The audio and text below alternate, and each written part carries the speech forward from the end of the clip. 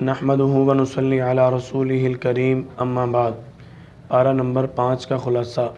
سب سے پہلے اللہ تعالیٰ نے جن عورتوں کے ساتھ نکاح کرنا جائز ہے ان کا ذکر فرمایا کہ چوتھے پارے کے آخر میں ان کا ذکر ہوا تھا جن کے ساتھ نکاح کرنا جائز نہیں تھا۔ اب اللہ تعالیٰ ان کا ذکر فرما رہے ہیں کہ جن کے ساتھ نکاح کرنا درست، حلال اور جائز ہے۔ نکاح کے لیے ایجاب و قبول، 2 گواہ اور حق مار کا ہونا ضروری ہے۔ جب نکاح ہو تو اس کا اعلان بھی لازمی کرنا چاہیے تاکہ لوگوں کو معلوم ہو جائے فلاں کا فلاں کے ساتھ نکاح ہوا۔ اس سے انسان تہمت اور الزام سے محفوظ ہو جاتا ہے۔ اس کے بعد اللہ کریم نے متع کی حرمت کا حکم نازل فرمایا۔ متع کہتے ہیں کوئی آدمی کسی عورت سے کہے کہ میں تجھ سے اتنے دنوں کے لیے اتنے مال کے بدلے نفع اٹھانا چاہتا ہوں اور وہ عورت اسے قبول کر لے۔ اس میں نہ تو لفظ نکاح استعمال ہوتا ہے اور نہ ہی 2 گواہوں کی موجودگی ضروری ہوتی ہے، لہذا جس طرح زنا حرام ہے اسی طرح متع بھی حرام ہے۔ اس کے بعد اللہ تعالی نے مرد کی حاکمیت بیان فرمائی۔ الرجال قوامون، مرد کو اللہ تعالی نے عورت پر فضیلت دی، اس پر حاکم مقرر کیا۔ اس کی 2 وجوہات ہیں۔ نمبر 1، مرد کے ذمے عورت کے تمام اخراجات ہیں۔ نمبر 2، تکوینی طور پر فطرت اور طبیعت کے اعتبار سے مرد کو فضیلت ہے کیونکہ مرد طاقتور ہے۔ یہ ضابطہ عام مرد اور عورت کے اعتبار سے ہے، لیکن بعض خواتین علم و فضل میں یا کسی جسمانی قوت اور طاقت میں مرد سے آگے نکل جائیں تو اس ضابطے کا خلاف نہیں ہے۔ نافرمان بیوی کی اصلاح کرنے کا سمجھانے کا طریقہ اللہ نے بیان فرمایا۔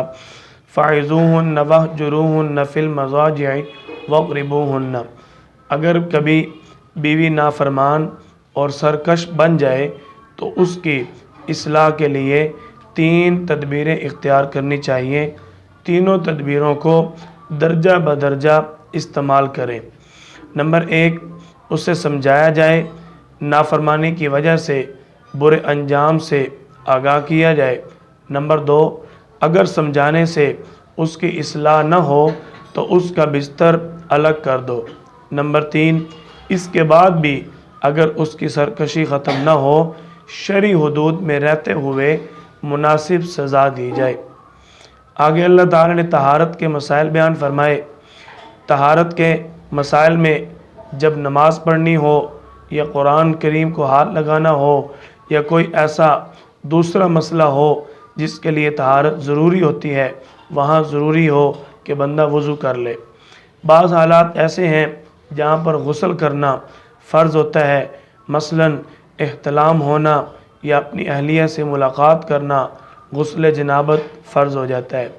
اسی طرح حیض سے پاک ہونا، عورت کے لیے نفاس سے پاک ہونا، ان چیزوں پر بھی غسل فرض ہو جاتا ہے۔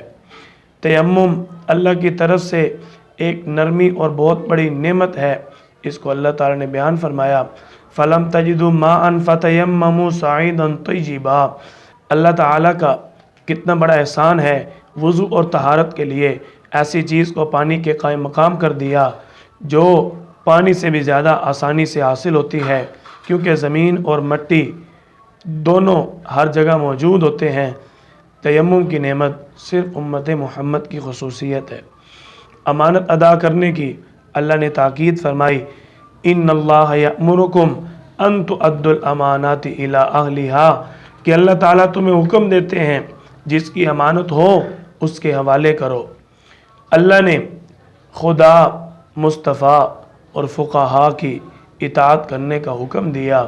یا ایھا الذین آمنوا اطیعوا اللہ واطیعوا الرسول واولی الامر منکم، کہ اللہ کی اطاعت کرو، اللہ کے رسول کی اطاعت کرو۔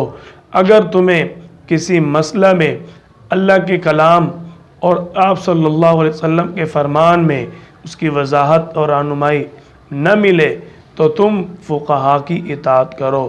فقہاء کی بات فقہ کو کہتے ہیں۔ گویا اللہ تعالی نے قرآن کریم، حدیث اور فقہ کو، تینوں کو ماننے کا حکم دیا۔ اس کے بعد قیاس اجتہاد دونوں کا ثبوت ملتا ہے۔ فَإِن تَنَازَعْتُمْ فِي شَيْءٍ فَرُدُّوهُ إِلَى اللَّهِ وَالرَّسُولِ، اللہ تعالیٰ حکم دے رہے ہیں اگر تمہیں کسی مسئلہ کے بارے میں اختلاف ہو جائے تم اللہ تعالیٰ اور اس کے رسول کی جانب رجوع کرو۔ علماء نے اس سے اجتہاد اور قیاس کو ثابت کیا ہے۔ حضور صلی اللہ علیہ وسلم سے دعائے مغفرت کروانا، اللہ تعالیٰ نے اس کو بیان فرمایا کہ جو شخص آپ صلی اللہ علیہ وسلم کی خدمت میں حاضر ہو اور آپ صلی اللہ علیہ وسلم اس کے لیے دعائے مغفرت کر دیں تو اس کی مغفرت ضرور ہو جائے گی۔ آپ صلی اللہ علیہ وسلم کی خدمت میں حاضری جس طرح آپ صلی اللہ علیہ وسلم کی دنیوی حیات کے زمانے میں ہو سکتی تھی، اسی طرح آج بھی روضہ اقدس پر حاضری اسی کے حکم میں ہے۔ آپ صلی اللہ علیہ وسلم کی روضہ اقدس پر حاضر ہو کر سفارش کی التجا کرنی چاہیے، درود و سلام پیش کرنا چاہیے۔ اہل سنت والجماعت کا یہ عقیدہ اور نظریہ ہے۔ نبی کریم صلی اللہ علیہ وسلم اپنے روضہ اقدس میں درود پاک سنتے ہیں، سلام سنتے ہیں، جواب بھی دیتے ہیں۔ آگے اللہ تعالیٰ نے 4 انعام یافتہ طبقات کا ذکر فرمایا کہ انبیاء، صدیقین، شہداء، صالحین، یہ وہ 4 طبقات ہیں جو صراط مستقیم پر ہیں اور ان پر اللہ تعالیٰ نے اپنے انعامات فرمائے۔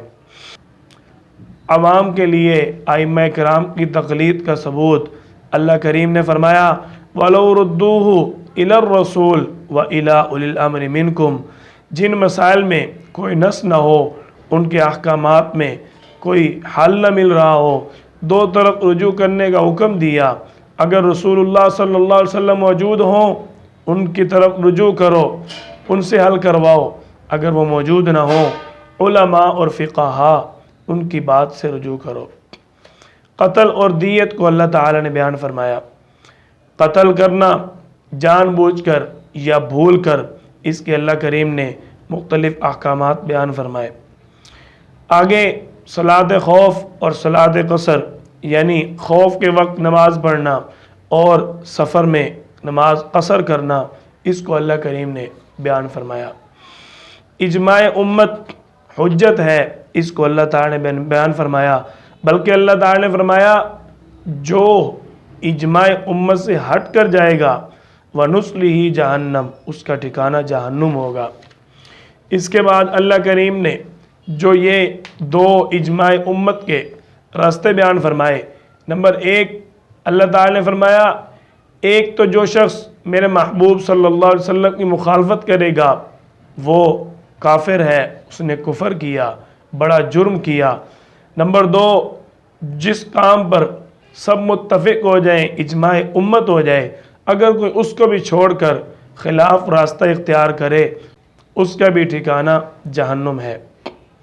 آگے منافقین کی ذہنی کیفیت اللہ نے بیان فرمائی مذبذبین بین ذالک لا الہ ہؤلاء ولا الہ ہؤلاء، کہ منافقین نہ ادھر کی ہیں نہ ادھر کے، درمیان میں پھنسے رہتے ہیں۔ جو ہی دین میں کوئی فائدہ ملتا ہے فوراً دوڑ کر مسلمانوں کے ساتھ مل جاتے ہیں، اور جب کوئی فائدہ نہ نظر آئے تو دین کو چھوڑ کر بھاگ جاتے ہیں۔ آگے اللہ تعالیٰ نے بہت پیاری بات ارشاد فرمائی کہ اگر تمہارا عقیدہ ٹھیک ہے تو اللہ تعالیٰ کی نعمتوں پر شکر کرو، اللہ تمہیں عذاب کیوں دے گا؟ ما یفعل اللہ بعذابکم ان شکرتم وآمنتم، جب تم ایمان لانے والے ہو، شکر کرنے والے ہو تو اللہ تمہیں عذاب کیوں دے گا؟ اللہ تعالیٰ ہم سب کو اپنی نعمتوں کا شکر ادا کرنے کی توفیق عطا فرمائے۔ وآخر دعوانا ان الحمد للہ رب العالمین۔